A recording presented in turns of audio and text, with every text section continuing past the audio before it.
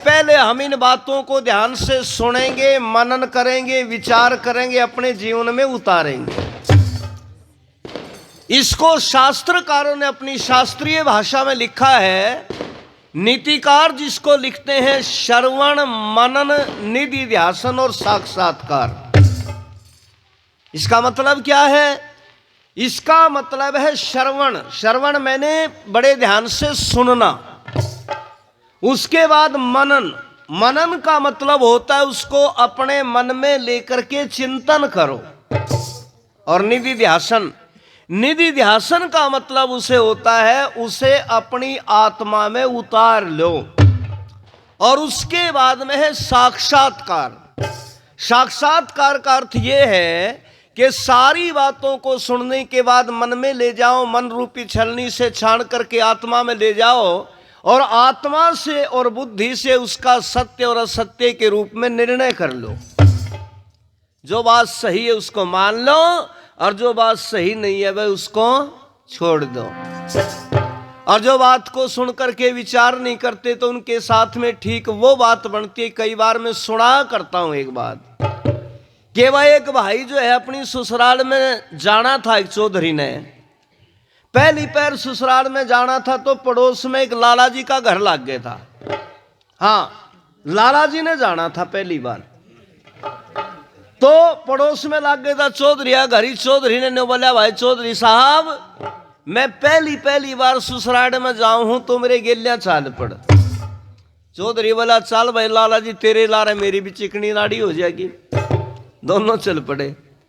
अब रास्ते में बातचीत होने लगी तो लाला जी बड़ा बुद्धिमान होशियार दिमागदार आदमी। इसने सोचा रे किसान जमींदार घासड़ फुसड़ आदमी, इसने कुछ बात बता दूं मैं। ये बोला, भाई चौधरी अगर तू नाराज ना होते एक नुस्खा बता दूं तने बहुत बढ़िया। चौधरी बोला, बता भाई लाला जी। लाला जी बोला, भाई चौधरी साहब जो पेट हो है ना, पेट यो 18 अंगल का हो है। अच्छा जी, 6 अंगल रोटियां तो भरे, 6 अंगल पानी तो भरे और 6 अंगल रहने दे खाली जिसमें सांस आए जा जाए जा। चौधरी बोला, लाला जी नुस्खा गजब का। बन्युए बतलाते बातचीत करते ससुराल में पहुंच गए और सांझ ने जब रोटी खान बैठे तो लाला जी नया नया बटे उस शर्मावे, कुछ खुराक भी थोड़ी थी, थोड़ा सा हलवा 2 फुलके दाल खा के ने बोला बस जी। और चौधरी साहब क्या ना बस का नंबर आने देवे था। ऐसा मौका कदे कदे लग गया इसका तो। दे हलवा दे खीर, दे हलवा दे खीर जुट रहा चौधरी। और जो लाला जी इसने गेलिया लिया था इसने तड़ा तड़ा कूणी लाई इसके ने बोला, रे चौधरी साहब राड़ी बात। चौधरी बोला, लाला जी याद है। लाला जी 1 प्लेट हलवे की और गाल दे। हलवे का लग गया चाकसा काटन। लाला जी ने फिर जोर से कूणी लाई। बोला, रे चौधरी साहब राड़ी बात। भाई के तो चौधरी का पारा थोड़ा तेज हो गया, गर्म हो गया। और क्या नाम था जी? ईश्वर पांचाल जी। हाँ बेटा, अच्छा ये भी तो ये बेटी भी साथ में 50-50 रुपए दे रहे दोनों। बहुत बहुत धन्यवाद।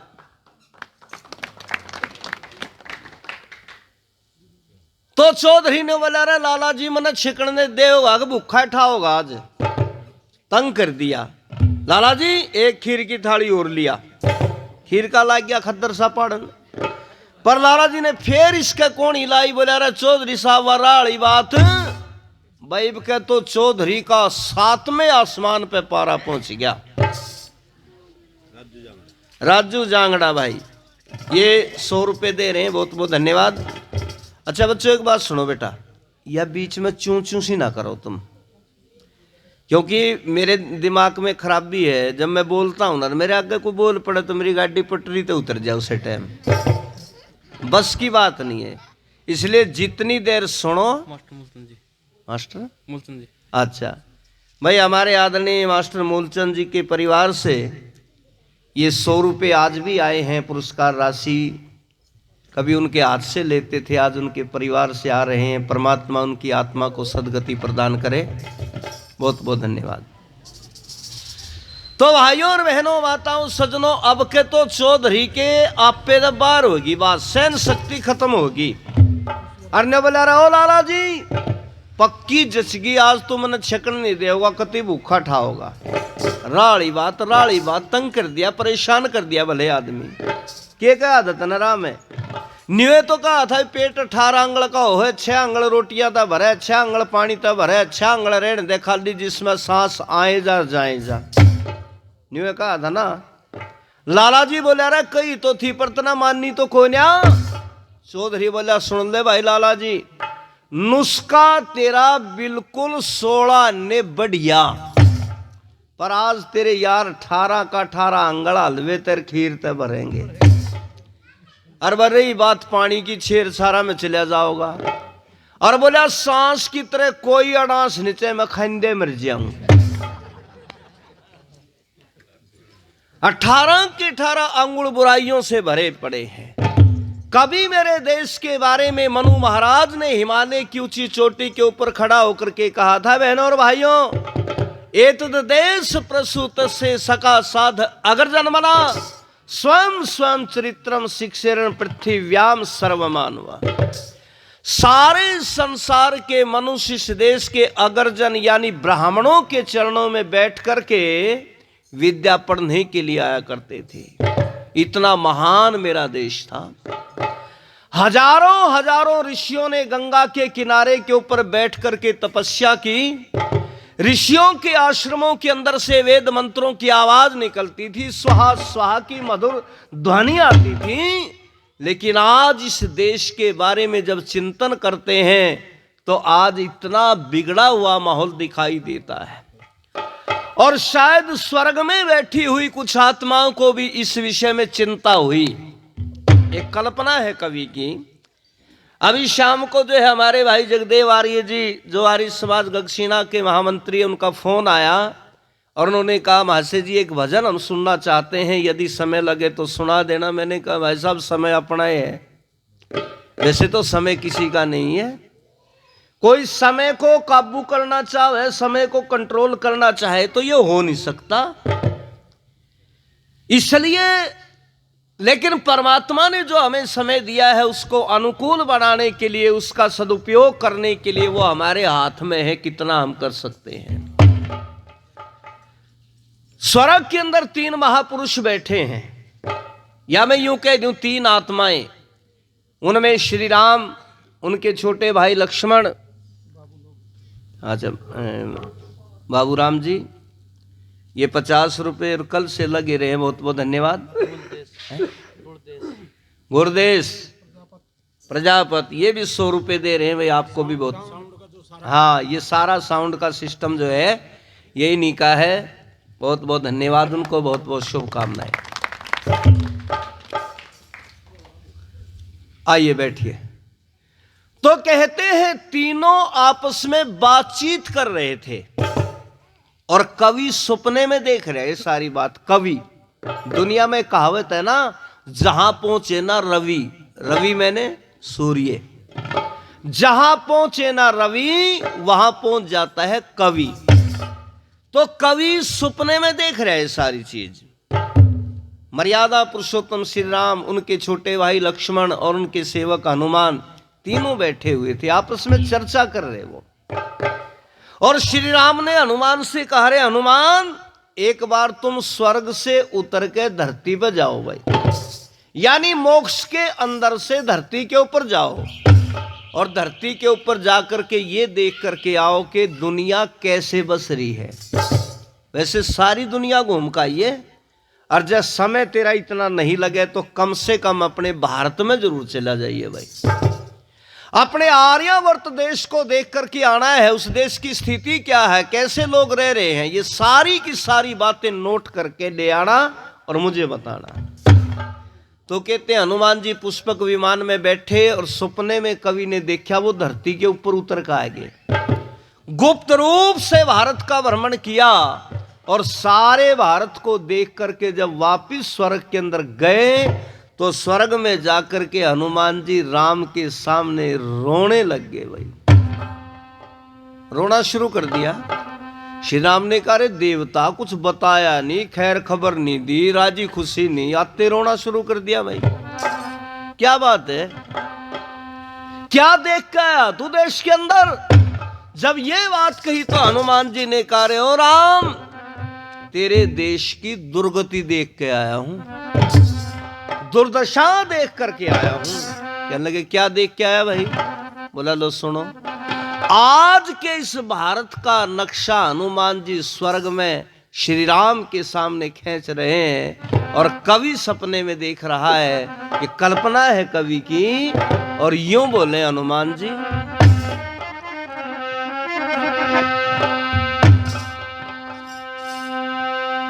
न्यू बोलिया रे हनुमान, कह तेरे आर्यावर्त में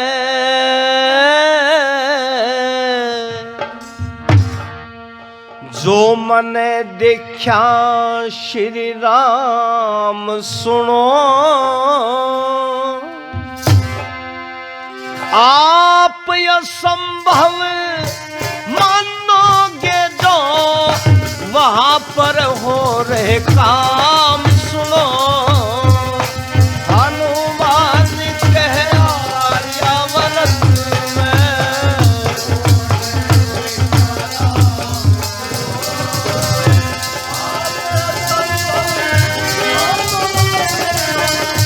वहां पर हो रहे काम सुनो।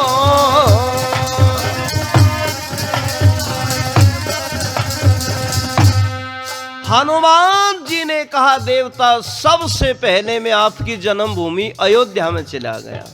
उस अयोध्या का हाल सुन लो पहले। क्या देखा?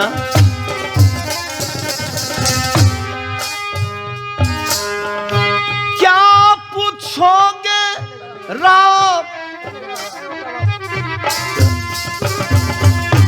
पहले गया अयोध्या मास, घर घर बार मिली श्रृंगी नारद वशिष्ठ कुटी पे चिलम की धुआंधार मिली।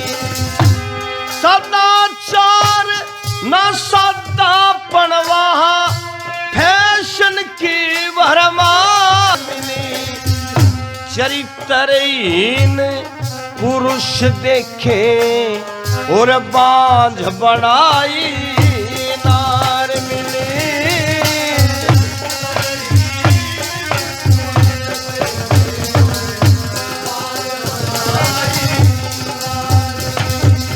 हाँ बेदर्दी सरकार मिली, बेदर्दी सरकार मिली। सब लीडर हुए गुलाम सुनो, आप असंभव मानोगे तो पर हो रहे।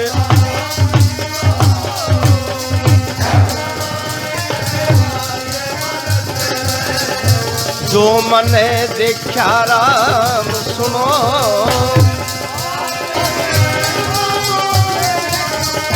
वहां पर हो रहे काम सुनो।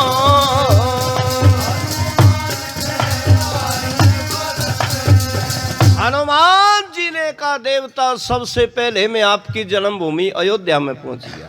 और उस अयोध्या नगरी में श्री राम जांगड़ा जी, भाई ये 100 रुपए दे रहे हैं आपको भी, बहुत बहुत धन्यवाद। उस अयोध्या नगरी में जहां श्रृंगी नारद वशिष्ठ जैसे महात्माओं के आश्रमों में वेद मंत्र गूंजते थे, स्वाहा स्वाहा की आवाज आती थी, जहां पर यज्ञ का धुआं दिखाई देता था, हनुमान जी ने कहा धुआं तो अब भी दिखाई दे रहा था वहां पर, लेकिन वो हवन का धुआं नहीं था। कैसा धुआं था? 850 रुपए तोड़े के भाव के सुल्फे का धुआं था। उस देश के नकली पाखंडी बाबा जी बैठ करके धुआं उड़ा रहे हैं। ये हालात मैंने आपकी जन्मभूमि अयोध्या का देखा। और जब बाकी देश के अंदर घूमया तो बाकी देश की स्थिति और सुनो कि भला।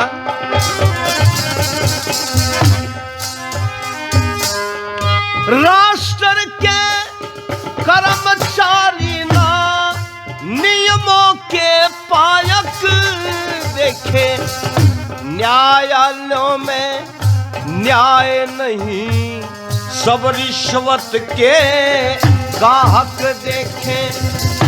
झूठे टोल वकीलों के मन, झूठों के सहायक देखे, मिनिस्टर और वजीर वहां मन थोड़े ही लायक देखे।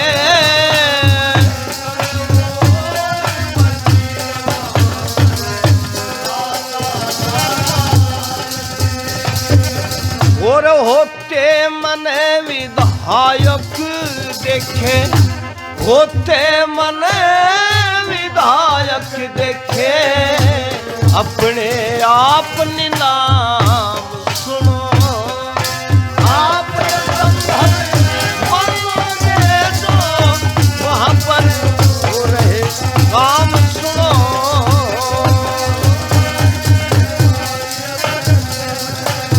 जो मने देखा राम सुनो, आप असंभव। कुमार आर्य व जोगिंदर दोनों 500।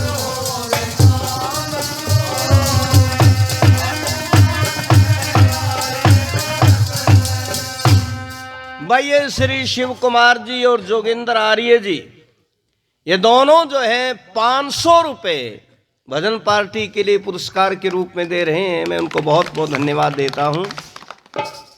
हनुमान जी ने कहा, देवता में बाकी देश में घूमया, तेरे देश के कर्मचारी, तेरे देश के नेता, तेरे देश के डॉक्टर, मास्टर, कंडक्टर, डायरेक्टर, सारा तो मामला बेईमाना का देखिए। अदालतों के अंदर, न्यायालयों के अंदर जब मैं गया तो वहां काले कोटों के अंदर मैंने भेड़िए घुसे देखे। भेड़िए, नाराज नहीं होना भाई कोई बैठा हो तो, एक आधा भला भी है, और नहीं तो काले कोटों के अंदर भेड़िए घुसे हुए। सच्चाई की बात है? झूठ को साबित करने के लिए हजारों झूठ उसके ऊपर बोली जाती है। अच्छा, ये न्याय है? ईमानदारी से सोचने की बात है। किसी बेटी के साथ में किसी एकांत स्थान पर कोई नालायक गलत काम कर देता है, और उस बेटी का केस जब न्यायालय के अंदर जाता है तो वहां पर न्यायाधीश पूछता है कि गवाह लेकर के आ, गवाह लेकर के आ। ये न्याय की प्रक्रिया है क्या? और वकील जो है उसे साबित करने के लिए कि मेरा ये बिल्कुल साफ है, इसमें कोई दोष नहीं है, वो पैसे लेकर के झूठ के ऊपर झूठ बोल रहा है, झूठ के ऊपर झूठ बोल रहा है। ईमान बिक चुका है, बिल्कुल न्याय बिक चुका है बिल्कुल। हनुमान जी ने कहा, ये तेरे देश का मैंने हाल देखा, नेताओं की तो ऐसी स्थिति आज इस पार्टी में है, कल उस पार्टी में है, नेता रोज पाले बदल रहे हैं। ये हालात है उस देश के अंदर। बोला रहे हनुमान जी, कोई बढ़िया चीज भी देख का, कोई ऋषि मुनि, कोई योगी, कोई महात्मा, वो भी मिला कि नहीं देश में? बोला जी, महात्मा के नाम पे तो बहुत मिले, पर योगी तो नहीं मिला देश में कोई। नाम के तो मिले योगी, पर असली योगी नहीं मिले, जैसे आपके समय में थे। कैसे मिले योगी?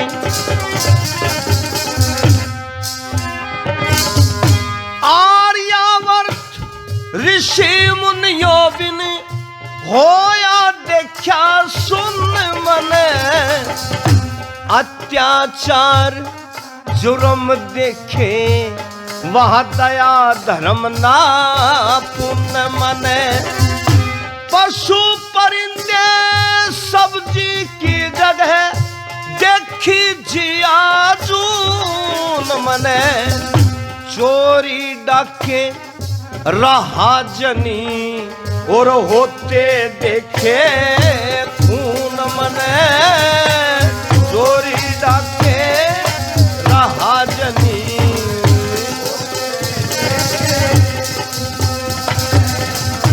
देखा वहां कानून मने, देखा वहां कानून मने।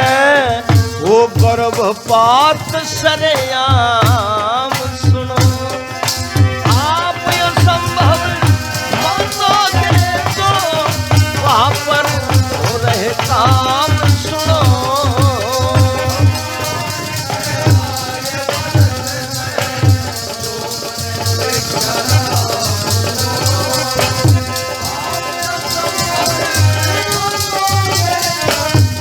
वहां पर हो रहे काम सुनो।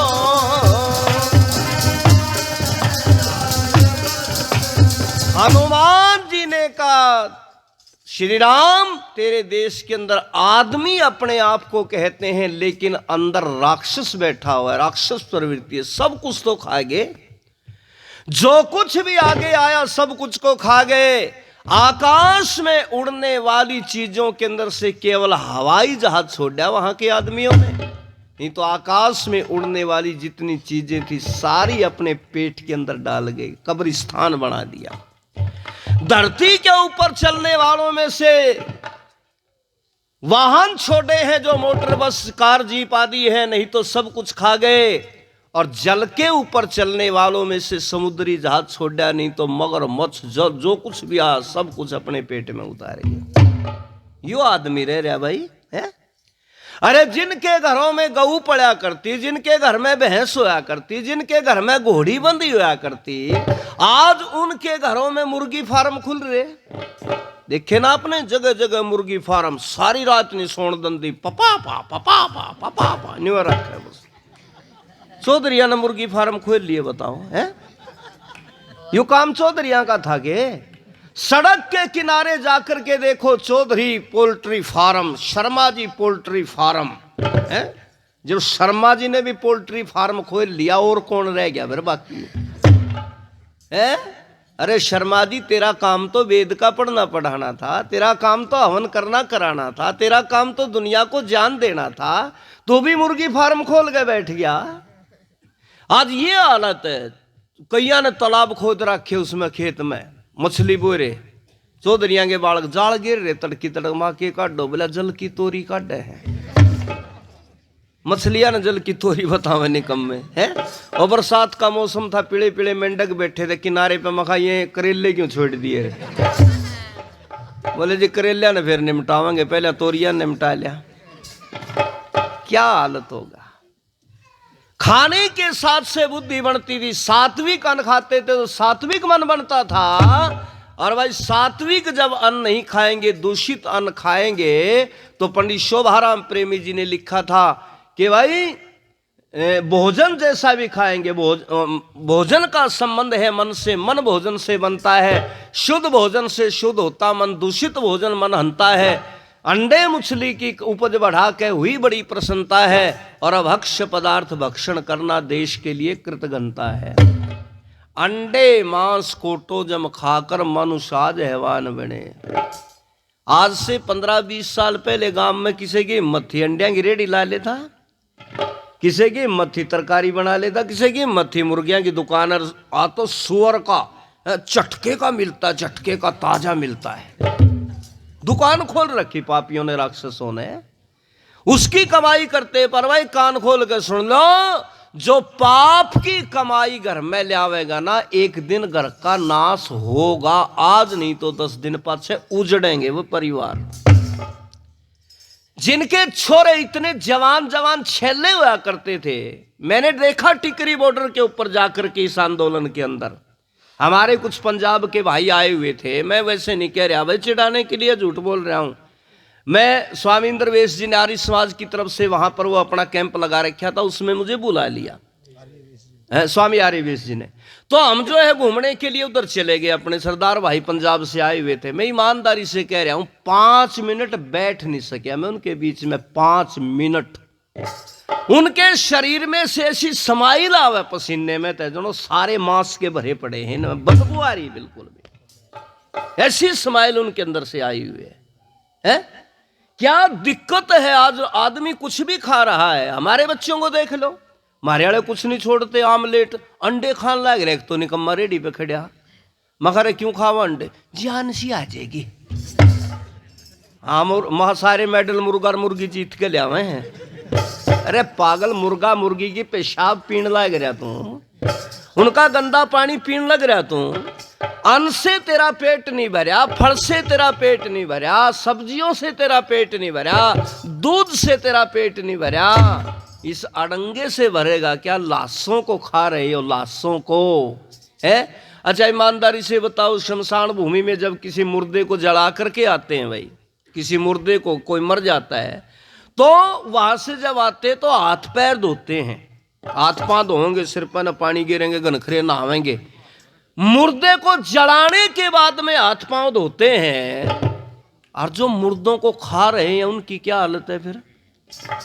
ये मछली, अंडे, मुर्गे, ये क्या है? ये बकरे आदि जो काट काट करके खा रहे, लाश ही तो है ये।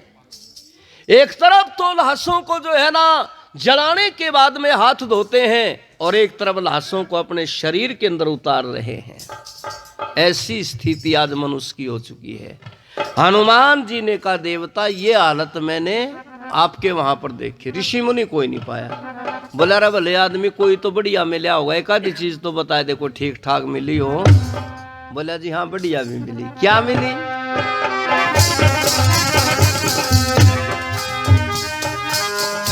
क्या पूछोगे राम वतन का, पूछोगे राम वतन का, हो न्यू सत्यानाश गया, बकरी बैल गऊ माता का, घर घर भेजा मांस गया।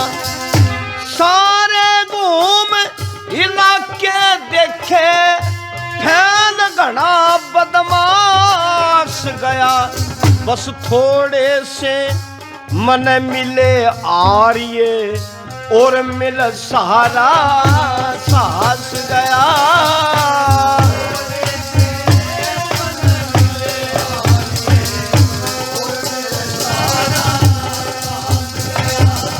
हाँ मंगल वैद के पास गया, मंगल वैद के पास गया, जहाँ बसता गोली गाम। सुनो आप ये संभव मानोगे तो,